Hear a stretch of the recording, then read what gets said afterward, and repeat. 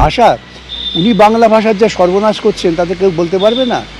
শুরু হয়েছিল সত্যজিৎ রায় ধরণী দিয়ে, তারপর কি সুবননন্দন, এখন কি নিজন্য সজন্য, এই সমস্ত কথা বলে বাংলা ভাষার তো সর্বনাশের উনি যাত্রা শুরু করে দিয়েছেন।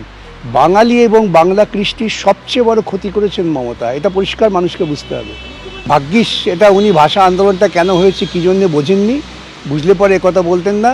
কেন পশ্চিমবঙ্গ, আবারও বলি, পশ্চিমবঙ্গের কৃষ্টি এবং পশ্চিম বাংলা ভাষা সর্বনাশ করার জন্য তিনি উদ্যোগ নিয়েছেন। দেখলেন না উৎপল দত্তের ওই যে স্মৃতিফলক, সেটাকে ভেঙে ফেলে দেওয়া হলো, দুর্মুজ লাগিয়ে দেওয়া হলো। যে উৎপল দত্ত বাংলা কৃষ্টির, বাংলা নাটকের অন্যতম একজন গুরুত্বপূর্ণ মুখ। অর্থাৎ ওরা চাইছে পশ্চিমবঙ্গে বা বাংলার যে কৃষ্টির ধারাবাহিকতা সেটাকে নষ্ট করে এর পেছনে একটা ইউপি বিহার জাতীয় জিনিস ঢুকিয়ে দেওয়া। তাই ওই সমস্ত শব্দ নতুন নতুন, যা অর্থ হয় না, অর্থহীন প্রলাপ উনি বকে যাচ্ছেন। কি বলে